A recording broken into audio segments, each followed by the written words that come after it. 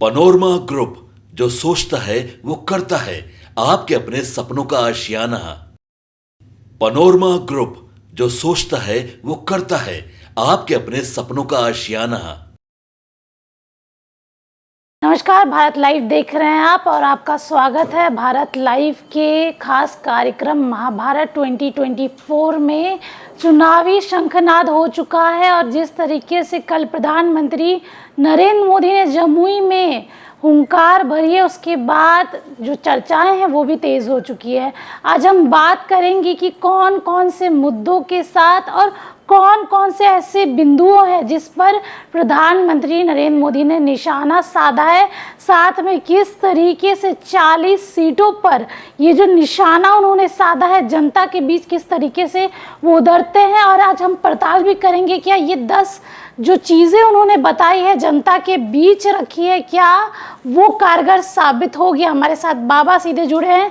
Sir, सबसे पहले कल प्रधानमंत्री नरेंद्र मोदी ने जमुई दौरा किया, हुंकार भरी और सीधे सीधे जनता को कह दिया कि आपको 40 सीटों पे 40 सीटों में जीत देनी ही होगी एनडीए को। देखिए, सबसे पहले तो आप सवाल पूछिए, उससे पहले मैं बता दूं जी कि इस बार का चुनाव जो है वो खास करके एक मुद्दे पर आधारित है जी। और वो मुद्दा है कि जा पर कृपा राम की हुई, ता पर कृपा करे सब कोई। अब इसके आगे इसका हम बताएंगे कि इसका कारण क्या है। बहुत लोग तो अभी से शुरू हो गए होंगे कि मोदी मीडिया है, भाजपा का बड़ाई कर रहा है, लेकिन उससे पहले आपको खुद को देखना पड़ेगा कि आप कितने संगठित, कितने संतुलित हैं। आपने मोदी विरोधी एक गठबंधन बनाया था जी। क्या हुआ उस गठबंधन का? हम तो गोदी मीडिया हैं, आप क्या हैं? सवाल का जवाब जरूर दीजिएगा कमेंट बॉक्स में। सवाल हम चाहेंगे कि आपने जो पूछा है तो सवाल की शुरुआत हम लोग करते हैं कि कल जब नरेंद्र मोदी जमुई में आए हुए थे, पहली सभा उनकी बिहार में थी और वहां आकर के उन्होंने जो बातें कही, बार बार इस सवाल हो रहा था कि 10 साल में आपने क्या किया। उन सारे सवालों का जवाब उन्होंने दिया। तेजस्वी यादव परिवारवाद की बात पूछ रहे थे, एक दिन लालू प्रसाद उससे पहले परिवारवाद की परिभाषा बता रहे थे कि परिवारवाद की परिभाषा क्या है। नरेंद्र मोदी ने कह दिया सीधे तौर पे कि मेरा परिवार पूरा देश और पूरा बिहार है जी। लोगों ने ये लिखना भी शुरू कर दिया है कि मैं मोदी का परिवार जी। मैं एक बार फिर से याद दिला दूं कि जो 2019 में चुनाव हुआ था तो मैं भी चौकीदार नारा था। हर किसी के Twitter handle, social media account में लिखा हुआ था मैं भी चौकीदार। चूँकि नरेंद्र मोदी ने कहा था कि मैं चौकीदार हूँ और उन्होंने पाकिस्तान की बात की थी जी। उन्होंने पाकिस्तान पर अटैक की बात की थी, पाकिस्तान के द्वारा जो भारत पर हमले किए गए थे उसकी बात की थी, आतंकवाद की बात की थी। उसमें उन्होंने कहा था कि मेरे जीते जी भारत का 1 इंच भी कोई इधर उधर नहीं हिला सकता है और जब तक मैं हूँ तब तक कुछ भी संभव है जी। मैं किसी भी हद तक जा करके उनके घर में घुस कर मारूंगा। नया भारत है, अब घर में घुस के मारेगा जी। बाकी जो आपके पास सवाल है जी। सबसे पहले उन्होंने मनोवैज्ञानिक दबाव बनाया है जनता पे, कैसे बना रहे हैं वो ये दबाव और बार बार चर्चाएं भी इसकी काफ़ी हो रही है। देखिए, मेडिकल की पढ़ाई जब होती है ना जी, तो मेडिकल की पढ़ाई में अलग अलग जब आप शुरू करते हैं तो अलग अलग आपके इंटरेस्ट के हिसाब से, आपकी क्षमता के हिसाब से आप चुनते हैं कि आप क्या बनिएगा। महिलाएं अक्सर आप देखिए गायनेकोलॉजिस्ट बनती हैं जी। इसके साथ साथ मनोविज्ञान की भी पढ़ाई होती है और उसे मनोचिकित्सक भी बनते हैं। ये एक अलग विधा है, लेकिन राजनीति में भी मनोविज्ञान की पढ़ाई खूब होती है जी। और यहाँ कुछ पढ़ने की जरूरत नहीं है, आपका अनुभव आपको बताता है कि मनोवैज्ञानिक दबाव आप कैसे बनाते हैं। प्रधानमंत्री नरेंद्र मोदी को ये पता है कि मनोवैज्ञानिक दबाव कैसे बनाया जाता है जी। एक इमोशनल कार्ड उनका चलता है, चाय वाला जी।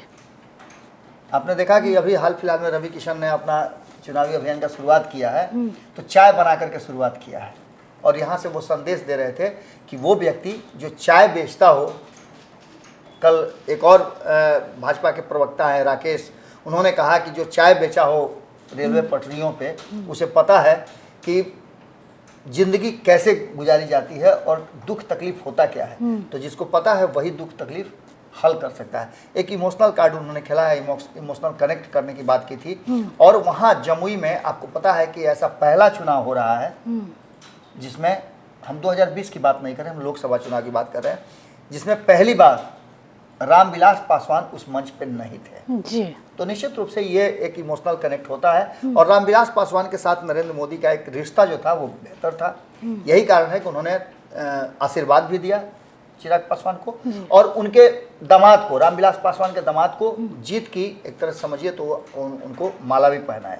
यानी कि आप सीधी तौर पे समझ सकते हैं कि एक तो यहाँ रामविलास पासवान की चूंकि इस क्षेत्र से उनका बड़ा लगाव रहा है, उनके पुत्र वहाँ से चुनाव दो बार जीतते रहे हैं, इस बार वो अपने पिता के क्षेत्र में जा रहे हैं, तो ये सभी चीज़ें इस बात की तरफ इशारा कर रही है कि 2019 और 2024 में थोड़ा अंतर जरूर है। 2019 में भी शुरुआत यहीं से हुई थी, जमुई से ही हुई थी और तब रामविलास पासवान मंच पर थे। 2024 में रामविलास पासवान मंच पर नहीं थे, इसलिए एक इमोशनल कनेक्ट करके वहाँ की जनता को कहीं ना कहीं ये बात बताया कि रामविलास जी नहीं है, मेरी जिम्मेवारी बनती है और ये मेरा छोटा भाई है, इसको आशीर्वाद दीजिए। उसके बाद तस्वीरें जो सामने आई थी, तस्वीरों में मुख्यमंत्री नीतीश कुमार भी नजर आ रहे हैं। 2.5 महीने से मुख्यमंत्री नीतीश कुमार एनडीए का हिस्सा, उसके पहले महागठबंधन में थे, बयानों का दौर भी शुरू था, कहा भी था उन्होंने हम पे प्रेशर बनाया जा रहा है, फिर वो एनडीए में चले गए, दोनों की जोड़ी भी दिखी वहाँ पर। उन्होंने कहा बीच में हम इधर उधर हो गए थे लेकिन अब फिर से आ गए हैं। तो जिस तरीके से नीतीश कुमार को सराहाया, तो क्या कुछ निशाना लग सकता है इस पे? कभी कभी होता क्या है ना कि जब आप कोई काम करने जाते हैं जी, तो एक उदाहरण आप अपने साथ लेके चलते हैं, बहुत सारी बातें न कह करके एग्जाम्पल देते हैं। जैसे परीक्षा में आप देखिएगा कि परीक्षा शुरू होने से पहले जैसे डेट अनाउंस होता है ना, तो एक छोटा इतना बड़ा कुंजी निकलता है, पूरे किताब का निचोड़ उसमें रहता है, प्रश्न रहते हैं कि इस प्रश्न का आप पढ़ लीजिएगा, इसका जवाब देख लीजिएगा, तो आप संभवतः परीक्षा में उतना नंबर जरूर ला दीजिएगा कि फेल नहीं होइएगा। कुंजी इसी को कहते हैं। नीतीश कुमार बिहार में इंटर करने के बाद बिहार की कुंजी है। नीतीश कुमार को दिखा करके आप 17 साल में जंगल राज हटाए, भ्रष्टाचार मिटाए, महिलाओं को ये दिए, महिलाओं को रात में घूमने का मौका मिल गया, महिलाओं को 33% आरक्षण दिए, ये सब कुछ नीतीश कुमार खाली कह दीजिए तो ये सब क्लियर हो जाता है। तो इसीलिए वो पूंजी है नीतीश कुमार, जो हमेशा भारतीय जनता पार्टी को सत्ता में लाने के लिए प्रयोग किया जाता है। माने परीक्षा जो होती है ना, बिहार की जनता जब आपको नंबर देना शुरू करती है, उससे पहले नीतीश कुमार को खड़ा कर दिया जाता है, उनकी छवि खड़ा कर दिया जाता है कि यह है नीतीश कुमार, 15 साल का देख लीजिए। और इस बार तो कुछ और बात थी कि जो नए वोटर हैं, आपको याद होगा मैंने पहले भी आपके साथ चर्चा में कहा है कि जो नए वोटर हैं जिनका जन्म 2005 में हुआ है, अब वो वोट देने की स्थिति में आ गए हैं। पहला हो सकता है लोकसभा चुनाव का उनका वोट होगा, चूँकि 18-19 वर्ष उनकी उम्र हो गई है। तो ऐसी स्थिति में आप समझ सकते हैं कि उन लोगों को ने नहीं देखा है 2005 के पहले का वक्त। नरेंद्र मोदी ने इस पर विशेष फोकस किया है कि वो समय याद दिलाया जाए और नीतीश कुमार इसके लिए कुंजी का काम जरूर कर रहे हैं। वो बार बार यही रिपीट कर रहे थे कि 2005 से पहले कैसा बिहार था, और ये बात वो कोई पहली बार नहीं कह रहे हैं। महागठबंधन में नीतीश कुमार जब थे तो बगल में लालू प्रसाद और तेजस्वी यादव को बैठा करके भी कहते थे कि 2005 से पहले का बिहार कैसा था। दैट मीन्स कि यहाँ जो है नीतीश कुमार की सराहना करके नरेंद्र मोदी ने वो उस वोट बैंक को तैयार किया, जो वोट बैंक कहीं ना कहीं 2005 से पहले प्रभावित था या परेशान था। साथ में भ्रष्टाचार पे वार भी कर दिया है प्रधानमंत्री नरेंद्र मोदी ने, याद दिलाया किस तरीके से कांग्रेस और आरजेडी ने पूरा करप्ट कर दिया है सरकार को, साथ में बिहार को किस तरीके से लूटा। तो ये निशाना भी कहीं ना कहीं उन्होंने साथ दिया है। देखिए, मैं एक आर्टिकल पढ़ रहा था, उस आर्टिकल में पूरा का पूरा जो है वो डाटा दिया हुआ था। ये डाटा मैं थोड़ा सा बता देता हूँ। इस डाटा में था कि सिंस 2014 25 लोगों का ऐसा था, 25 ऐसे लीडर हैं जिन पर विभिन्न तरह के आर्थिक अपराध और कई मामलों में वो करप्शन में जुड़े हुए थे, जो भाजपा में जाने के बाद उनमें से 23 लोग जो हैं वो साफ सुथरा हो गए जी। इसका मतलब सीधे है कि एक तरफ जहां ये बातें कही जा रही है कि भ्रष्टाचार जो है वो इस देश की नियति बन गई है, दूसरी तरफ 2014 में जब भ्रष्टाचार निवारण के नाम पर नरेंद्र मोदी आए थे, उन्होंने कहा था कि हम भ्रष्टाचार को जड़ से समाप्त कर देंगे। उसके बाद भी भ्रष्टाचारियों पर लगातार नकेल कसी जा रही है। इन 10 सालों में नए नए भ्रष्टाचारी पैदा हुए हैं, तो कहीं ना कहीं भ्रष्टाचार पर एक प्रहार जरूर है। लेकिन जो बातें 2014 में की गई थी, जिन लोगों पर भ्रष्टाचार के आरोप थे, वो कहीं ना कहीं एक बड़ी चुनौती है और इस चुनौती से तो लड़ना पड़ेगा जी। क्योंकि भ्रष्टाचार जो है वो सिस्टम में हमारे पेवस्त हो पेवस्त हो गया, गया। उसको निकालना पड़ेगा। ये अलग बात है कि एक दूसरे पर आरोप प्रत्यारोप होता है, विपक्ष बार बार कहती है कि वॉशिंग मशीन मशीन है, है, हाँ, जी। जो भ्रष्टाचारी जाता है। कई लोग ऐसे चेहरे भी हैं, कई लोग भ्रष्टाचार में लिप्त है, भाजपा में जाने के बाद उन पर थोड़ा सा नॉर्मल वॉशिंग हुआ पाउडर है। लग गया। ये बात तो साफ देखने को मिलती है। विकसित भारत के बारे में भी उन्होंने बताया और किस तरीके से भारत एक अब अंतर्राष्ट्रीय बोल सकते हैं, इंटरनेशनल बोल सकते हैं, अब हमेशा ही चर्चा होती है। बिहार में कई मीटें भी होने लगी हैं और इंडिया को अब लोग जानने लगे हैं, वो बार बार इस पर भी चर्चा करते हुए नजर आते हैं। देखिए, पिछले 10 सालों में नरेंद्र मोदी ने जिस तरह से भारत की एक छवि बनाई है, जी इससे आप इनकार नहीं कर सकते। जी। भारत को एक सम्मान की दृष्टि से देखा जाता है। जी। इंदिरा गांधी के समय में भी इस तरह की बातें थी। इंदिरा गांधी ने भी अंतर्राष्ट्रीय स्तर पर एक देश की छवि जो है वो बनाया था। जी अब वर्तमान में नरेंद्र मोदी ने जिस तरह की बात की है, और वो बताते भी है कि 5वां अर्थशास्त्र है हमारा इस दुनिया का। जी। तो ऐसी स्थिति में जो एजेंडा उन्होंने सेट किया है, अब उस एजेंडे पर वो 5 साल और काम करना चाहते हैं। उन्होंने कहा कि अब तक हम सिर्फ ट्रायल बेस पर थे, हम कोशिश कर रहे थे चीज़ों को इकट्ठा करने का। बारात के दिने तो सब नहीं ना हो जाता है, शादी की तैयारी में पहले होता है, पहले तिलक होता है तो तिलक की तैयारी की जाती है, उसके बाद दुल्हन के लिए कौन सा ऑर्नामेंट होगा, कैसा कपड़ा लेके जाना है, क्या क्या उसमें चाहिए, एक एक चीज़ का लिस्ट बनता है और तैयारी की जाती है। तब जाके दुल्हा दुल्हन मंडप पे पहुंचते शादी होती है। तो ये पूरी तैयारी जो है पिछले 10 साल में नरेंद्र मोदी ने की है, और वही वो कह रहे हैं कि मुझे और 5 साल का समय चाहिए इस देश को विकसित राष्ट्र की श्रेणी में लाने के लिए।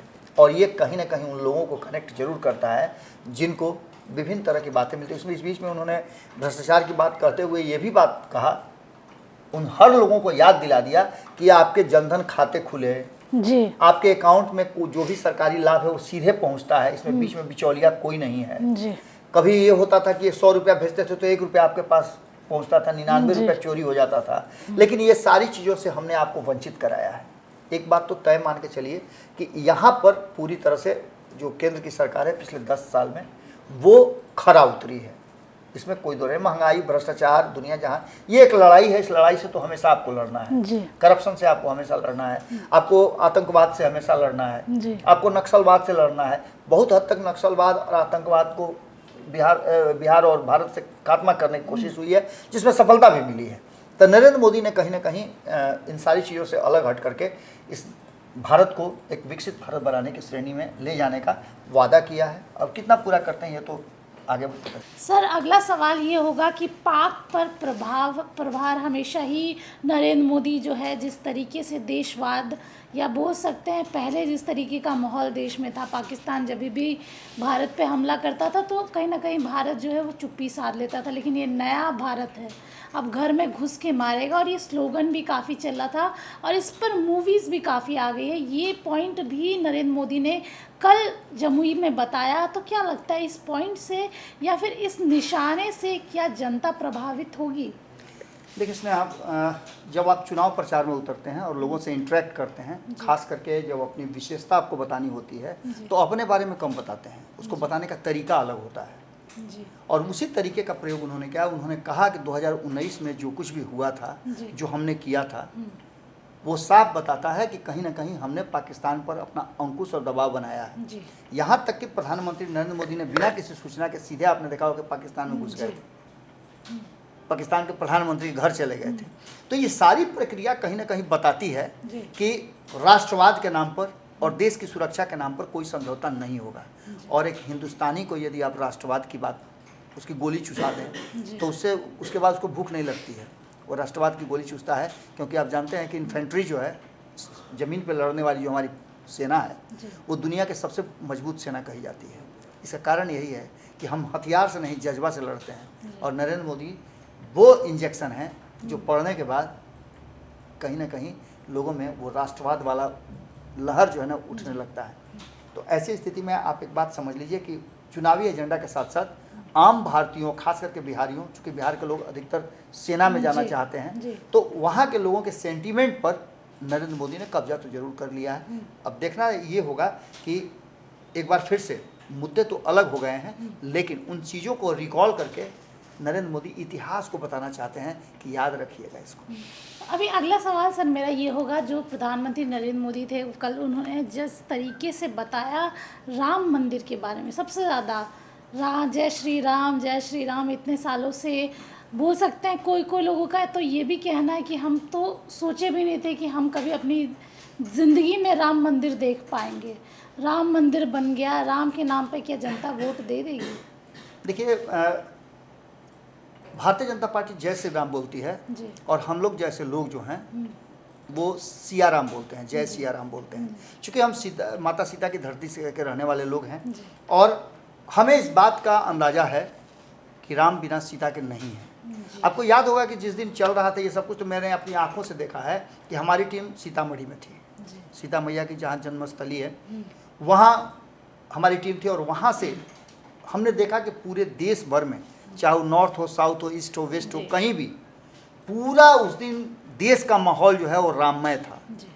तो आप समझिए कि जब देश का सेंटीमेंट इतना हद तक, कारण चाहे जो भी रहे हों, इसकी लड़ाई किसने लड़ी, कोर्ट ने क्या फैसला दिया, इसको बनाने में क्या क्या लगा, लेकिन पूजा में कौन शामिल था, ये देश को, दुनिया को और आने वाली कई पीढ़ियों को याद रहेगा। तो ऐसी स्थिति में नरेंद्र मोदी का ये तुरुप का पत्ता है, निश्चित रूप से इसमें कोई दो राय नहीं है। और आप जानते हैं कि प्रेम हो, युद्ध हो, सियासत हो, इसमें साम दाम दंड भेद सब कुछ जायज होता है। नरेंद्र मोदी ने उसका प्रयोग किया। कहाँ विपक्ष को रोक रहे हैं कि नहीं आप मत कीजिए।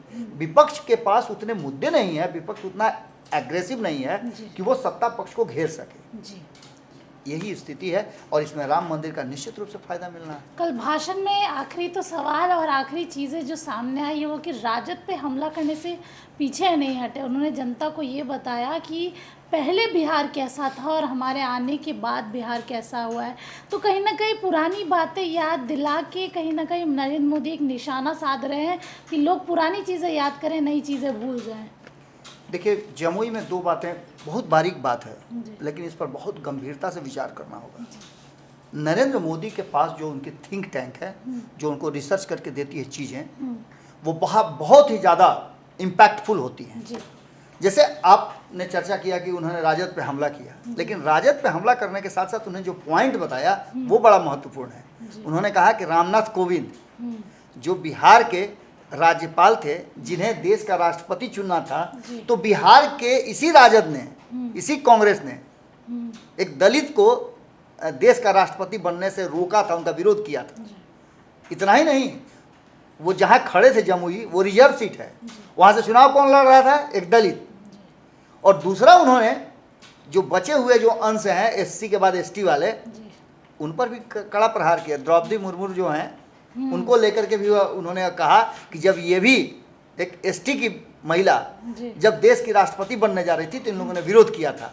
तो इसका सीधा मतलब है कि जहां एक तरफ उन्होंने राजद को घेरने का प्रयास किया, वहीं उन्होंने ये भी संदेश साथ में दे दिया कि एससी एसटी विरोधी है राजद, वहां के लोगों को ये दिया। और इसके साथ साथ आपको बता रहे हैं कि एक सवाल जो आप बार बार पूछ रही थी, मैं उसी से समाप्त करूंगा कि आपके दो सवाल बहुत ज़्यादा, मतलब जवाब तो हमने दे दिया है, लेकिन वो सवाल अंत में रिपीट करना इसलिए जरूरी हो जाता है कि पहला सवाल ये था कि नरेंद्र मोदी ने एक राम मंदिर की बात आपने की, वहाँ हमने शुरू में ही कह दिया था कि जा पर कृपा राम की हुई, ता पर कृपा करे सब कोई। और दूसरा सबसे महत्वपूर्ण बात कि नीतीश कुमार को खड़ा करके, मैंने पहले भी कहा है कि नीतीश कुमार को खड़ा करके इतिहास दोहराने की बात करते हैं और राजद पर हमला करते करते 2005 का याद दिलाते हैं, जो नीतीश कुमार पहले भी याद दिलाते रहे हैं, कोई नई बात नहीं है। लालू और तेजस्वी को अपने बगल में बैठा करके, और नीतीश कुमार अक्सर ये कहते हैं कि 2005 से पहले का कैसा बिहार था। तो खैर, ये तो बात पक्का है कि नरेंद्र मोदी ने वो नस पकड़ लिया है जिस नस के हिसाब से भारतीय जनता पार्टी बिहार के लोगों का इलाज करेगी। बाकी के चुनाव में क्या होगा, लेकिन लोकसभा के चुनाव में नरेंद्र मोदी ये मान के चले कि 40 सीटों पर चुनाव लड़ रहे हैं। और यही कारण है कि उन्होंने इस 10 पॉइंट्स को 10 साल के अपने उपलब्धि के साथ जोड़ करके दिखलाया है। विकास की बात कर लें या अन्य बातें कर लें, सभी बातों को उन्होंने सिलसिलेवार बताया है। अब बात करें परिवारवाद की, तो परिवारवाद वाले मुद्दे पर उनको जवाब क्या देना था? सिंपल सी बात है कि उसका जवाब तो अरुण भारती ने दे दिया। उन्होंने कहा कि ये अगर कोई सोच रहा है कि मैं रामविलास पासवान का दामाद हूँ, चिराग पासवान का जीजा हूँ, इसलिए मैं चुनाव लड़ रहा हूँ, तो ये गलत है। हमारे यहाँ एक लोकतांत्रिक प्रक्रिया, संवैधानिक तरीके से हमारे यहाँ कैंडिडेट का चयन होता है। मैं उसी प्रक्रिया से आया हूँ। आप हमारे संविधान को देख सकते हैं, हमारे चयन प्रक्रिया को देख सकते हैं। तो खैर, एक बात तो तय मान के चलिए कि नरेंद्र मोदी ने जिस तरह से ये पूरा का पूरा स्ट्रक्चर बनाया है, उसमें एक बात तो साफ है कि रिजल्ट से पहले ही उन्होंने 10 साल के जो उनके सवाल थे कि क्या किया 10 साल में, वो और 10 ऐसी बातों को रख करके उन्होंने गेम को पैक करने का कोशिश किया। तो देखिए कल जिस तरीके से शंखनाद नरेंद्र मोदी ने कर दिया जमुई की धरती पर से, और ये 10 बिंदुओं को जनता के बीच रखा कि भारतीय जनता पार्टी और एनडीए क्या कुछ की है इन 10 सालों में, और बिहार के लोगों के लिए क्या कुछ तोहफा था और आगे क्या कुछ कर सकती है अगर इस बार वो जीती है। तो देखना होगा कि ये जो उन्होंने निशाना साधा है, क्या 2024 के चुनाव में 40 में से 40 सीट ला पाती है एनडीए। ऐसी तमाम जानकारी के लिए आप बने रहिए भारत लाइव के साथ। तब तक के लिए बहुत बहुत धन्यवाद। पनोरमा ग्रुप, जो सोचता है वो करता है। अगर ये वीडियो पसंद आई और वह बिहार के राजनीति और बिहारियत से सरोकार रखेनी तो सब्सक्राइब बटन दबा के चैनल के सब्सक्राइब कर ली। ओजे एगो घंटी बा, ओकरा बटन दबा देला से कुल सटीक और मारक खबर रुआ मुफ्त में मिल जाई। अगर रुआ पत्रकारिता के हमनी के नया प्रयोग में सहयोग कर चाहतानी तो ज्वाइन बटन दबा दी। पेटीएम नंबर नोट कर ली 9386816700। धन्यवाद।